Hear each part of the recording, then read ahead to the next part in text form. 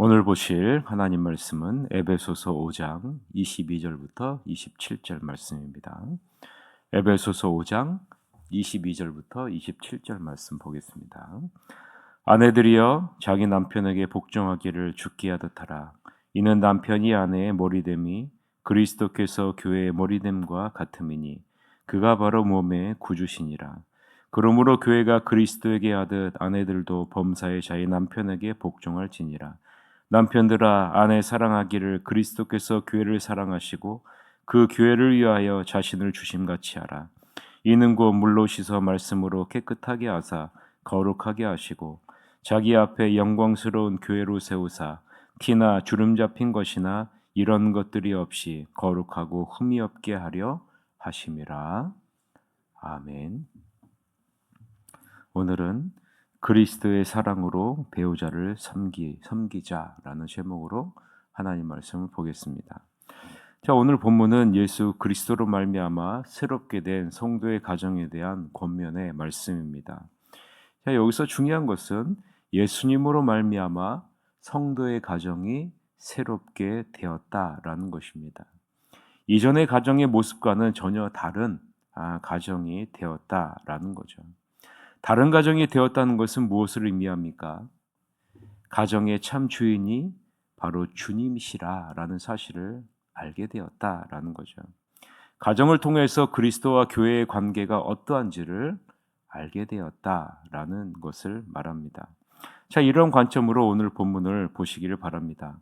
바울은 먼저 예수 그리스도로 말미암아 새롭게 된 성도의 가정에서 남편에 대한 아내의 바른 태도를 먼저 권면합니다. 아내들은 자기 남편에게 복종하기를 죽게 하듯 해야 한다라는 말이죠. 22절입니다. 같이 한번 읽읍시다. 아내들이여 자기 남편에게 복종하기를 죽게 하듯 하라라고 말합니다. 그런데 22절에서 헬라 원문을 보면 복종하라라는 단어가 나오지 않습니다. 따라서 22절을 직역하면 이런 의미입니다. 아내들은 자기 남편을 주님을 대하듯이 해야 된다라는 말이에요. 자, 그럼 우리가 주님을 어떻게 대해야 하느냐라는 사실을 우리가 살펴봐야죠. 우리가 주님을 어떻게 대해야 됩니까? 21절, 그 앞절에 보면 그것이 나오는데 21절에 보면 그리스도를 경외함으로 피차 복종해야 한다라고 말합니다. 따라서 22절에 복종하라라는 단어는 나오지 않지만 그리스도를 대하듯 남편을 대하라는 것은 그리스도를 경외함으로 피차 복종해야 한다라는 사실을 우리가 엿볼 수 있죠. 그래서 한글 성경에서는 남편에게 복종하기를 죽게 하듯 하라라고 번역을 한 겁니다. 중요한 것은 21절에 나오는 복종하라라는 회포타소라는 단어가 명령, 분사, 수동태, 자동사로 쓰여졌다라는 사실입니다. 자, 이 부분이 굉장히 중요해요. 21절에 나오는 이 복종하라는 단어가 명령, 분사형, 수동태, 자동사로 쓰였다는 것이 굉장히 중요하다는 거예요. 왜냐하면 우리는 일반적으로 복종하다라는 것을 상대방의 권위에 눌려 어쩔 수 없이 해야 하는 것으로 이해하고 있기 때문입니다. 그러나 여러분, 수동태, 자동사로 쓰여졌다는 것은 그러한 의미의 복종하다라는 의미가 아니기 때문에 그래요. 자, 복종하다라는 말의 의미는요, 스스로 자발적으로 자기 자신을 상대방보다 낮추어서 섬긴다라는 말의 의미가 이 복종하다라는 단어 안에 담겨져 있는 의미라는 겁니다. 마치 예수님의 모습을 보면 이런 의미죠. 예수님이 어릴 때 스스로 자발적으로 부모를 공경함으로 순종하고 복종하셨다라는 것과 어떻게 보면 이어지는 부분입니다. 누가복음 2장 51절에 보면 예수께서 함께 내려가사 나사렛에 이르러 순종하여 받드시더라. 그 어머니는 이 모든 말을 마음에 두니라 라고 이야기를 하죠. 성도는 마치 예수님께서 그 부모를 자발적으로 공경함으로 순종하셨듯이 지체된 자들에게 자기 자신을 복종해야 한다라는 사실을 바울이 강조하고 있는 겁니다. 예수님이 자발적으로 공경함으로 부모에게 순종하신 이유가 무엇일까요? 여러분 한번 생각해 보세요. 예수님이 부모보다 높습니까? 낮습니까? 예수님은 어리지만 성자 하나님이세요. 비록 인간의 몸으로 입고 오셨지만 그 안에 신성이 있으신 분이라라는 말이에요. 그러면 여러분 당연히 비록 부모라 할지라도 자기 자신보다 낮은 존재이죠. 그런데 여러분 예수님은 어떻게 하셨습니까? 부모에게 복종하셨어요. 스스로 자기를 낮춰서 부모의 말에 복종했다라는 거죠. 예수님이 복종하신 이유가 무엇입니까? 하나님이 세우신 질서와 권위를 존중하기 위함이라는 말이에요. 우리가 그리스도를 경외함으로 서로 복종해야 하는 이유, 아내들이 자기 남편에게 복종해야 하는 이유가 바로 이것이죠. 하나님이 세우신 질서와 권위를 존중하기 위함이라는 사실입니다.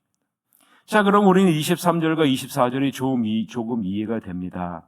바울은 남편을 그리스도로, 아내는 교회로 비유하면서 이 부분을 설명하죠. 23절, 24절 같이 한번 읽어봅시다. 이는 남편이 아내의 머리됨이 그리스도께서 교회의 머리됨과 같음이니 그가 바로 몸의 구주시니라. 그러므로 교회가 그리스도에게 하듯 아내들도 범사에 자기 남편에게 복종할지니라 라고 말하고 있는 거예요. 하나님은 가정의 질서와 통일성을 위해 남편을 가정의 지도자로 삼았다라는 거예요. 이것이 머리라라는 단어의 의미입니다. 또한 그에게 책임과 권위를 부여하셨다라는 거예요. 따라서 아내는 남편에게 복종해야 된다는 겁니다. 주 안에서 자원하는 마음으로 하나님이 세우신 권위를 따르며 순종해야 한다라는 겁니다. 이 복종은 결혼관계의 건강함과 조화로운 작용을 위해 남편의 궁극적인 리더십을 존중하는 것이기 때문에 그런 거예요. 남편과 아내는 그리스도와 교회와의 관계를 통해 각자의 역할을 배워야 된다라고 말하고 있는 겁니다. 바울은 아내가 남편에게 복종해야 하는 이유를 그리스도의 머리됨에 비유합니다. 여기서 머리라는 단어는요, 지도자나 통치자라는 의미를 담고 있어요. 따라서 그리스도의 머리됨은 그리스도께서 교회의 머리로서 교회를 다스리시고 인도하시는 것처럼 남편이 아내에게 지도자로서의 권위를 가지고 있다라는 사실을 강조하는 겁니다. 하나님이 그리스도에게 주신 권위를 교회가 인정하고 복종해야 하듯이 하나님이 남편에게 주신 권위를 아내가 인정하고 복종할 때 결혼관계의 건강함과 조화로운 작용을 이룰 수 있다라고 말씀을 하고 있는 겁니다. 자, 이제 바울은 남편에게 명령합니다. 아내에 대한 남편의 의무가 있다라고 말하고 있는 거죠. 25절입니다. 같이 읽어봅시다. 남편들아, 아내 사랑하기를 그리스도께서 교회를 사랑하시고 그 교회를 위하여 자신을 주심같이 하라라고 말합니다. 자기 몸을 내어줄 정도로 자기 아내를 사랑해야 할 책임이 남편에게 있다라는 거죠. 여기서 말하는 사랑은 어떤 사랑일까요?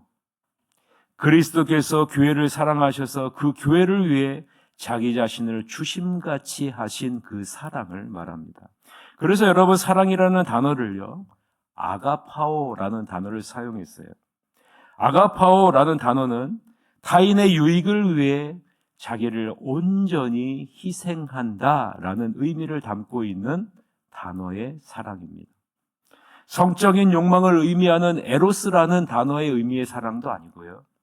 친구 간의 우정을 의미하는 필레오라는 단어의 사랑도 아니에요. 상대방의 유익을 위해 내 자신을 온전히 희생하는 아가페의 사랑을 의미한다라는 말입니다.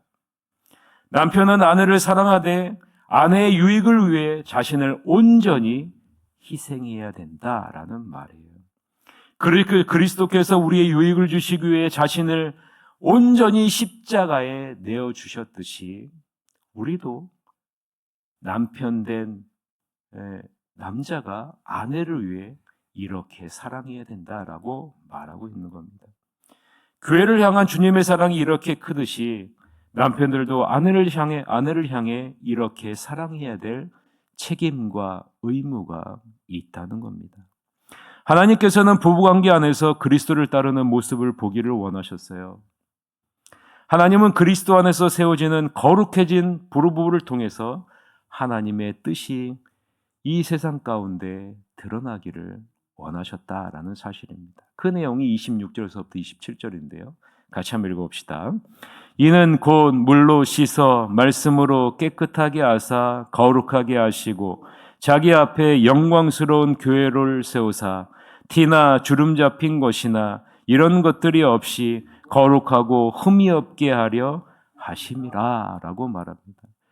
하나님은 교회를 통해서, 가정을 통해서 하나님의 선하신 뜻을 나타내기를 원하셨다라는 사실입니다. 그리스도께서 자기를 내어주신 이유는 교회를 씻어 거룩하게 하셔서 거룩하고 흠이 없는 영광스러운 교회로 세우시기 위함이라는 사실입니다. 가정도 마찬가지죠. 한 사람의 남편과 아내로서 주님 안에서 사랑함으로 피차 복종함으로 거룩하고 흠이 없는 영광스러운 가정을 이루어 하나님의 뜻을 이루어 나가야 한다라는 사실을 강조하여 보여주고 있는 겁니다. 말씀을 맺겠습니다.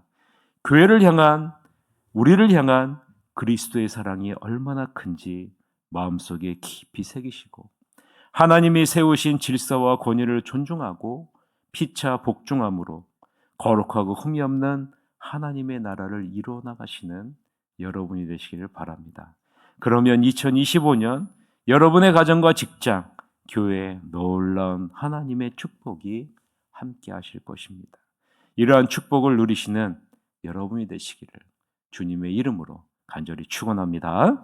이 시간에 통성으로 기도합시다. 하나님, 새하늘 교회와 새하늘 교회 가정이 여호와를 경외함으로 피차 복종함으로 거룩하고 흠이 없는 영광스러운 교회로 세워지게 하여 주시옵소서라고 기도해 주시고 또 혼란스러운 이 나라와 이 민족을 위해서 기도해 주시기를 바랍니다. 하나님, 이 나라의 민족을 긍휼히 여겨 주시고 불쌍히 여겨 주시옵소서. 온 성도들이 회개하고 하나님의 긍휼하심을 구해서 이 나라의 민족이 다시금 온전한 모습으로 회복되어서 지도자들이 여호와를 두려워하게 하여 주시고 하나님 앞에 온전하게 세워지는 건강한 지도자들이 될 수 있도록 이끌어 주시옵소서라고 우리가 통성으로 이 나라와 이 민족을 위해 새하늘 교회 가정을 위해 통성으로 기도하시러 가도록 하겠습니다. 기도하시겠습니다.